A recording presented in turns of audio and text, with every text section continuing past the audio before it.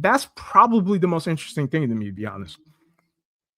In this data set, I have 27 players here. The majority of the replacement level players in the 1994-95 season from this data sample I have are centers and point guards. We toggle forward to 24-25. The majority of replacement level players today, so to speak, it's the backcourt now. You have 58% of this data sample, which is 33 NBA players, the backcourt players.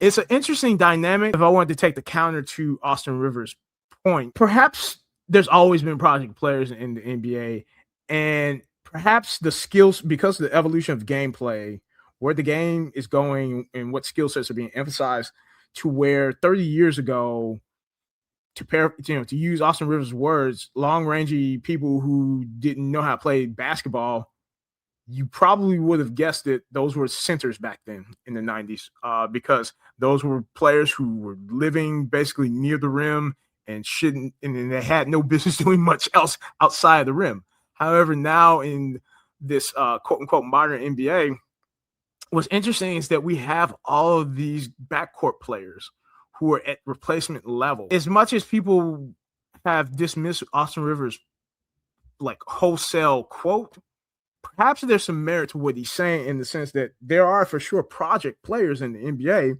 And I would add to stir the pot on it and spur more thought.